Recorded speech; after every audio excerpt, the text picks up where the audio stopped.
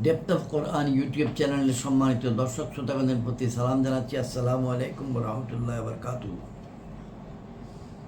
আজকে তারিখটি হলো জুলাই মাসের 2 তারিখ 2026 খ্রিস্টাব্দ, আষাঢ় মাসের 18 তারিখ 1433 বাংলা সন বা বঙ্গাব্দ এবং মুহররম মাসের 16 তারিখ নতুন হিজরি বছর 1448। বাংলাদেশে 16ই মুহররম বা দক্ষিণ এশিয়ায় 16ই মুহররম হলেও সৌদি আরব এবং মধ্যপ্রাচ্যে এবং বিশ্বের আরও কিছু জায়গায় আজকে 17ই মুহররম, কারণ চাঁদ দেখার তারতম্যের কারণে এই তফাৎ। ডেপথ অফ কোরআন ইউটিউব চ্যানেলে আজকে আমরা 225 নম্বর পর্ব উপস্থাপন করবো ইনশাআল্লাহ, এবং এই পর্বে পবিত্র কোরআনের 29 নম্বর সূরা আনকাবুত এর 39 থেকে 47 নম্বর আয়াত তেলাওয়াত করব এবং অর্থ উপস্থাপন করব। আমরা সূরা আনকাবুতের তেলাওয়াত শুরু করেছি, অর্থ উপস্থাপন শুরু করেছি 221 নম্বর পর্ব থেকে 25 জুন 2026। সেই পর্বে আমরা কিছু প্রাথমিক বক্তব্য বা সূচনা বক্তব্য উপস্থাপন করেছিলাম। যাদের দ্বারা সম্ভব তারা সেটা শুনে নিতে চেষ্টা করবেন। পর্ব 21-এর শুরুতেই সূরা আনকাবুত এই পর্যন্ত নূহ আলাইহিস সালামের কথা এসছে, ইব্রাহিম আলাইহিস সালামের কথা এসছে, লূত আলাইহিস সালামের কথা এসছে, শুআয়ব আলাইহিস সালামের কথা এসছে। কাফিরগণের প্রসঙ্গে সাবধান বানিয়ে এসছে। তারা যে কুটো মন্দ জটিল তর্ক বিতর্ক উপস্থাপন করে সেগুলোর কথা উঠছে এবং সেগুলো খণ্ডন করা হয়েছে। এবং এখন আমরা যে পর্ব করব সেই পর্বে কারুন, ফেরাউন, হামান ইত্যাদি এবং যারা আল্লাহকে অস্বীকার করতো তাদেরকে কি শাস্তি দেওয়া আছে ইত্যাদি কথা আসবে। এবং এই সূরার নাম কেন সূরা আনকাবুত সেই কথাটি আসবে। মানুষের জন্য কি কি বর্ণনা আল্লাহ রাব্বুল আলামিন করেছেন, মানুষকে উদাহরণ দিয়ে শিখিয়েছেন, সেগুলো আসবে। আমরা যে কিতাব থেকে তেলাওয়াত করি এবং অর্থ উপস্থাপন করি সেটি হলো আলা হযরত ইমাম মুহাম্মদ আহমদ রেজা খান বেরলভী রহমতুল্লাহি আলাইহি কর্তৃকৃত তরজমায়ে কোরআন নাম কানজুল ঈমান ও হাকিমুল উম্মত আল্লামা মুফতি আহমদ ইয়ার খান নঈমী রহমতুল্লাহি আলাইহি কর্তৃকৃত তাফসির নাম নুরুল ইরফান, এই উভয়টির সমন্বয়কৃত বাংলা অনুবাদ যেটি করেছেন মাওলানা মোহাম্মদ আব্দুল মান্নান। মাঝে মধ্যে আমরা আরেকটি কিতাব থেকে পড়ে শোনাই বা তথ্য সংগ্রহ করে আপনাদের সামনে উপস্থাপন করি। সেই কিতাবটির নাম এক নজরে কোরআন, লেখক বা সংকলক ডক্টর মিজানুর রহমান আজহারি মহোদয়। আমরা একটি মোনাজাত করব, যে মোনাজাতটি মূসা আলাইহিস সালাম করেছিলেন এবং সেটা আমাদের জন্য অনুকরণীয়। রব্বি ইশরাহ লি সাদরি ওয়া ইয়াসসির লি আমরি ওয়াহলুল উকদাতাম মিন লিসানি ইয়াফকাহু কাওলি। আমরা দুরূদ শরীফ তেলাওয়াত করি। আল্লাহুম্মা সাল্লি আলা মুহাম্মাদিন ওয়া আলা আলি মুহাম্মাদিন কামা সাল্লাইতা আলা ইব্রাহিম ওয়া আলা আলি ইব্রাহিম ইন্নাকা হামিদুম মাজিদ। আল্লাহুম্মা বারিক আলা মুহাম্মাদিন ওয়া আলা আলি মুহাম্মাদিন কামা বারাকতা আলা ইব্রাহিম ওয়া আলা আলি ইব্রাহিম ইন্নাকা হামিদুম মাজিদ। أعوذ بالله من الشيطان الرجيم بسم الله الرحمن الرحيم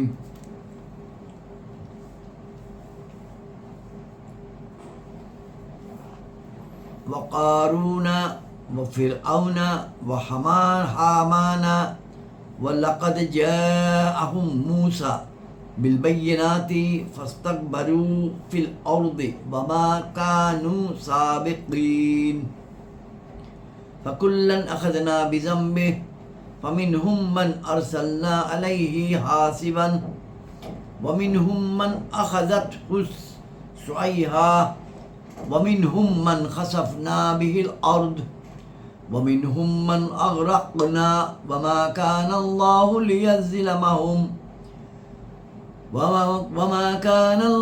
ليظلمهم ولكن كانوا أنفسهم يظلمون মাসালুল্লাযীনা ইত্তাখাযু মিন দুনিল্লাহি আউলিয়া কামাসালিল আনকাবুতি ইত্তাখাযাত বাইতা ওয়া ইন্না আওহানাল বুয়ুতি লাবাইতুল আনকাবুত লাউ কানু ইয়ালামুন ইন্নাল্লাহা ইয়ালামু মা ইয়াদউনা মিন দুনিহি মিন শাই ওয়া হুয়াল আজিজুল হাকীম ওয়া তিলকাল আমসালু নাদরিবুহা লিন্নাস ওয়া মা ইয়াকিলুহা ইল্লাল আলিমুন খালাকাল্লাহুস সামাওয়াতি ওয়াল আরদা বিল হাক্ক ইন্না ফি যালিকা লাআয়াতাল লিল মুমিনিন।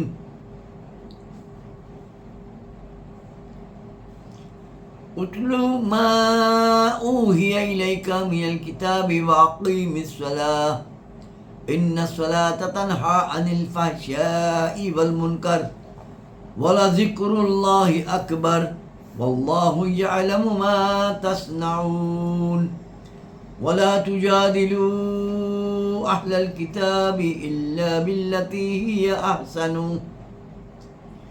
إلا الذين ظلموا منهم وقولوا آمنا بالذي أنزل إلينا وأنزل إليكم وإلهنا وإلهكم واحد ونحن له مسلمون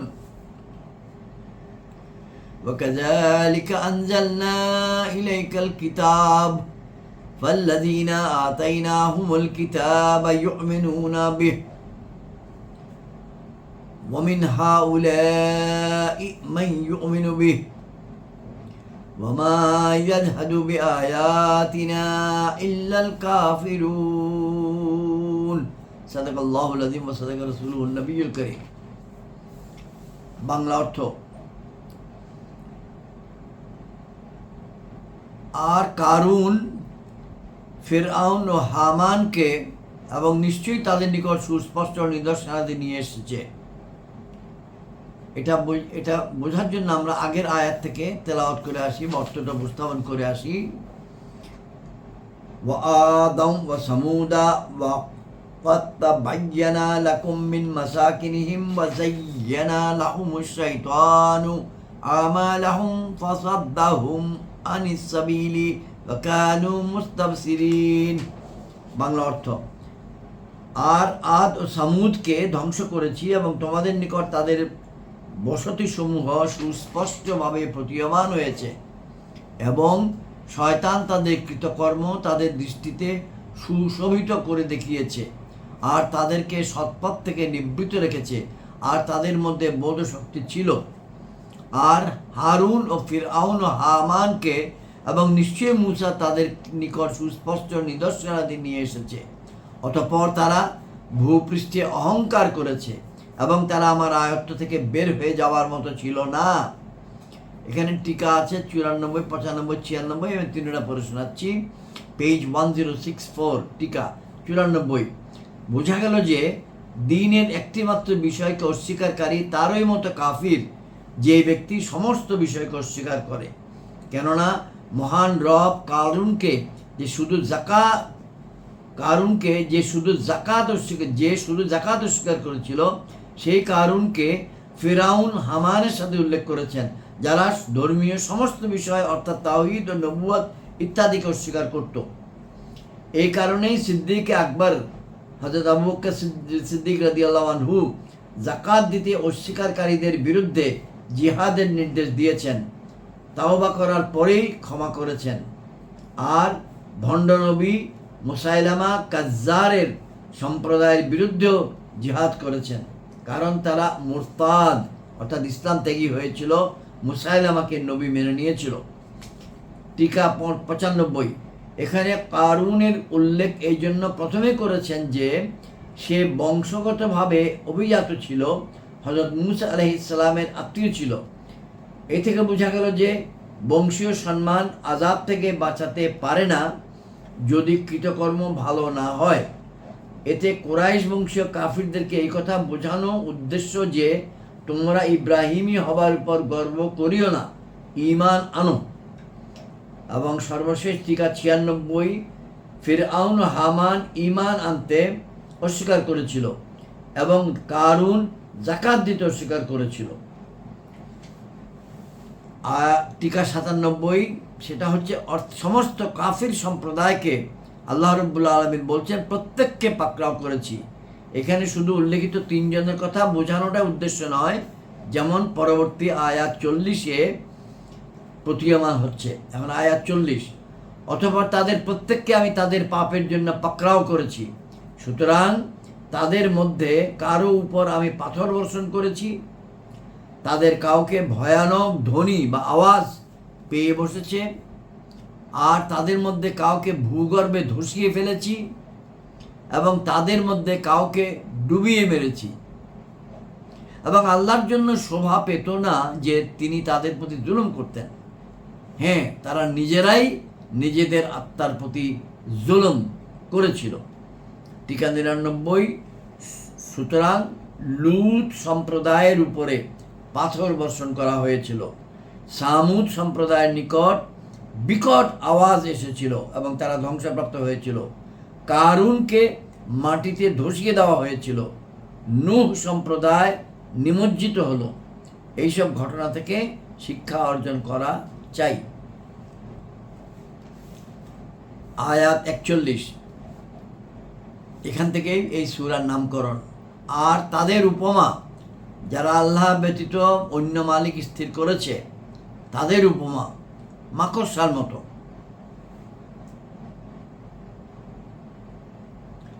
আনকাবুত মানে মাকড়সা। এবং নিশ্চয়ই সমস্ত ঘরের মত সেই জালের ঘর তৈরি করেছে, এবং নিশ্চয়ই সমস্ত ঘরের মধ্যে দুর্বলতম ঘর হচ্ছে মাকড়সার ঘর। কতই উত্তম হতো যদি তারা জানতো। 101 এবং 102 নম্বর টিকা আছে এখানে। সেই টিকাটা হচ্ছে আল্লাহর শত্রুদেরকে বন্ধুরূপে গ্রহণ করেছে। মাকড়সার ন্যায় তাদের উপমা, যারা আল্লাহ ব্যতীত অন্য মালিক স্থির করেছে তাদেরকে আল্লাহ অর্থাৎ আল্লাহর শত্রুদেরকে বন্ধুরূপে গ্রহণ করেছে।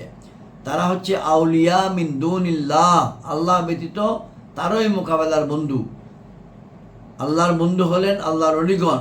মহান আল্লাহ ইরশাদ ফরমাচ্ছেন পবিত্র কোরআনে সূরা 2 নম্বর সূরা আল বাকারা আয়াত 257-তে বলা হচ্ছে, তাদের বন্ধু হচ্ছে শয়তানগণ, তারা আলো থেকে অন্ধকার রাশির দিকে বের করে নেয়। পক্ষান্তরে আল্লাহর অলিগণকে অলি বলে মেনে নেওয়া হচ্ছে ঈমানের স্তম্ভ, অথবা এখানে আউলিয়া মানে প্রকৃত মালিক এবং উপাস্য। আর 102 নম্বর টিকা মাকড়সার উদাহরণ দিয়েছে। সে জালের ঘর তৈরি করেছে, অর্থাৎ যেমন মাকড়সার জাল গরম ও শীত দূরীভূত করতে পারে না, ধুলাবালি থেকেও বাঁচাতে পারে না। দেখতে খুব প্রসারিত দেখায়, কিন্তু এর বাস্তবতা কিছুই হয় না, কারণ আঙ্গুল লাগলেও তা ছিন্ন বিচ্ছিন্ন হয়ে যায়। তেমনি ওইসব কাফিরের ধর্মের অবস্থা, অর্থাৎ প্রদর্শনী অনেক, বাস্তবতা বলতে কিছুই নাই।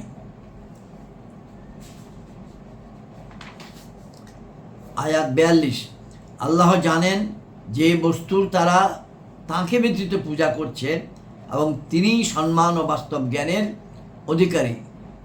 ওয়াহুয়াল আজিজুল হাকিম, তিনি সম্মান ও বাস্তব জ্ঞানের অধিকারী। ওয়াহুয়াল আজিজুল হাকিম। এবং এই দৃষ্টান্তসমূহ আমি মানুষের জন্য বর্ণনা করছি, আর সেগুলো কেবল জ্ঞানী ব্যক্তিরাই বোঝে।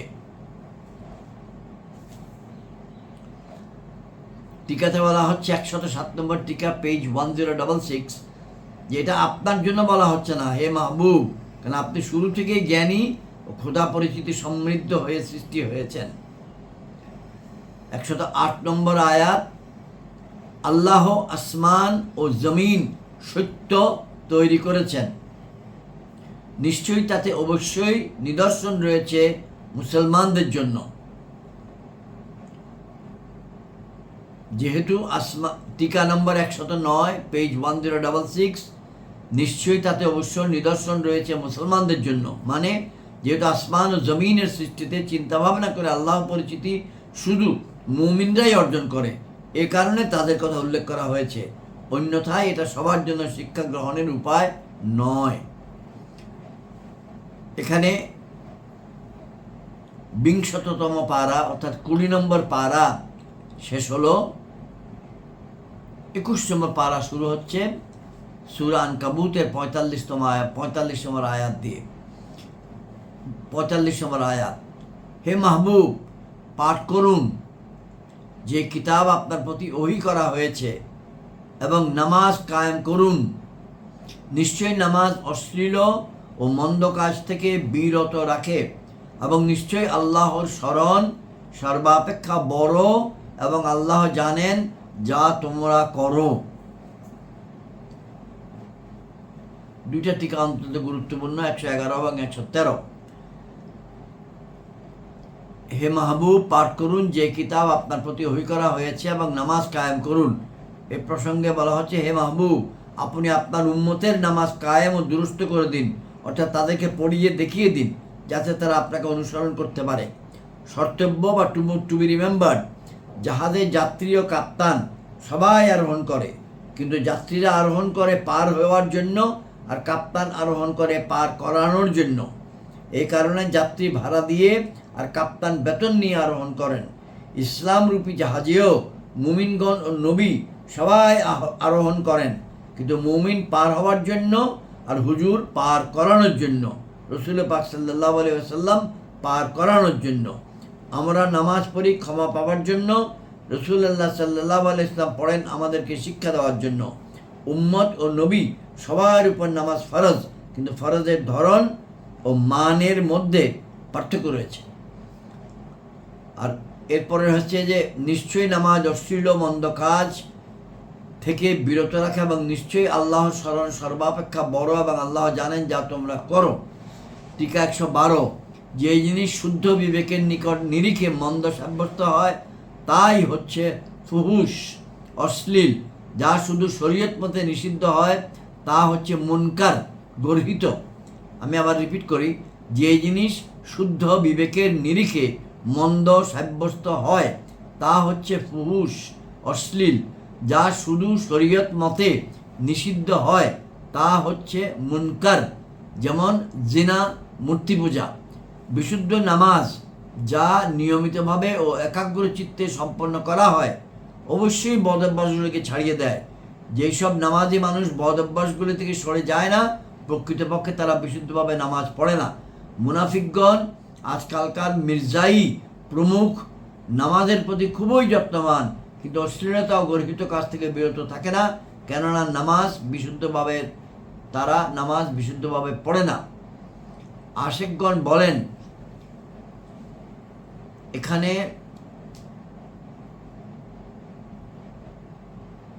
এই নামাজে বুঝায় যা রসুল পাক সাল্লাল্লাহু আলাইহি ওয়াসাল্লাম কায়েমকৃত নামাজ, অর্থাৎ ওই নামাজ ওই অশ্লীলতা ও গর্হিত কাজ থেকে রক্ষা করে থাকে যা হে মাহবুব রাসূলুল্লাহ সাল্লাল্লাহু আলাইহি ওয়াসাল্লাম নামাজির অন্তরে আপনি কায়েম করে দিয়েছেন। নিজে নিজে কায়েমকৃত নামাজ দ্বারা এই উপকার লাভ হয় না। মোট কথা। আর টিকা নম্বর 113, জিক্রুল্লাহ। এখানে বলা হচ্ছে যে নিশ্চয়ই নামাজ অশ্লীল মন্দ কাজ থেকে বিরত রাখে এবং নিশ্চয়ই আল্লাহ স্মরণ সর্বাপেক্ষা বড়। আয়াতটি ছিল ওয়ালা জিক্রুল্লাহি আকবার। জিক্রুল্লাহ দ্বারা হয় তো নামাজ বোঝায়, অর্থাৎ সমস্ত ইবাদতের মধ্যে নামাজ উত্তম ইবাদত, অথবা সাধারণ জিক্রুল্লাহ, কেননা সমস্ত ইবাদতের বদলা হচ্ছে জান্নাত, আর আল্লাহর জিকিরের বদলা হচ্ছে জিকির।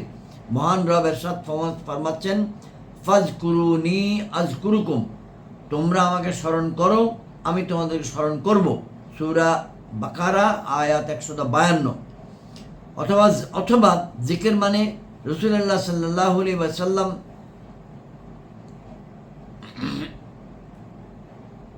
অর্থাৎ রাসূলুল্লাহ সমস্ত সৃষ্টির মধ্যে শ্রেষ্ঠতম।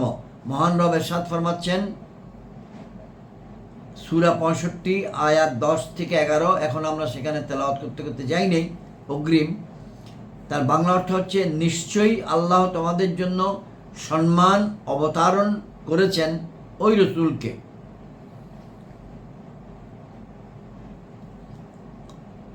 قد أنزل الله عليكم ذكرا من رسولا। নিজের এই হলো জিকির সম্বন্ধে ব্যাখ্যা। এখন আয়াত 46-এ যাই। এবং হে মুসলমানগণ, তোমরা উত্তম পন্থা ব্যতীত কিতাবীদের সাথে বিতর্ক করিও না, তবে তাদের সাথে করতে পারো যারা তাদের মধ্যে জুলুম করেছে।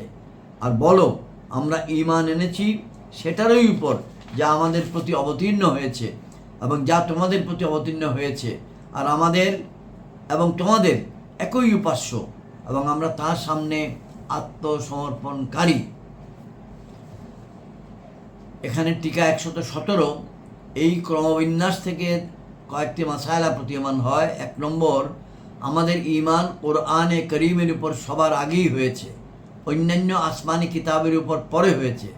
বরং ওই আসমানি কিতাবগুলোর উপর ঈমান শুধু এই জন্য যে কোরআনে করিম ওই নির্দেশ দিয়েছে, তাই। সূরা বাকারাতে আছে, শেষের থেকে 3 নম্বর আয়াত, আমানা রাসূলু বিমা উনজিলা ইলাইহি মিন রাব্বিহি ওয়াল মুমিনুনা কুল্লুন আমানা বিল্লাহি ওয়া মালাইকাতিহি ওয়া কুতুবিহি ওয়া রুসুলিহি লা নুফাররিকু বাইনা আহাদিন মির রুসুলিহি ওয়া ক্বালু সামি'না ওয়া আতা'না গুফরানাকা রাব্বানা ওয়া ইলাইকাল মাসির। আমরা রাসূলগণের মধ্যে পার্থক্য করি না, এবং বলা হয়েছে আমরা কিতাবগুলির উপর ঈমান এনেছি। 2 নম্বর বক্তব্য, কোরআনের উপর ঈমানও রয়েছে, আমলও রয়েছে, আর অন্যান্য কিতাবের উপর শুধু ঈমান আছে, আমল নেই।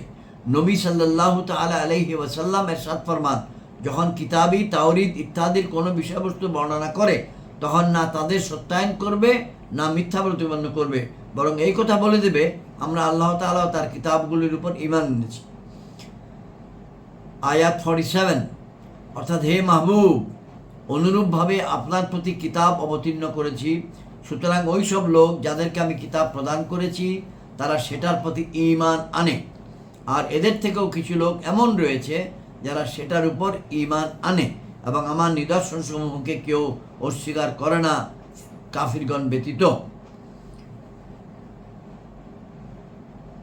আজকের এই পর্বের আলোচনা এখানে শেষ। আসসালামু আলাইকুম ওয়া রাহমাতুল্লাহি ওয়া বারাকাতুহু।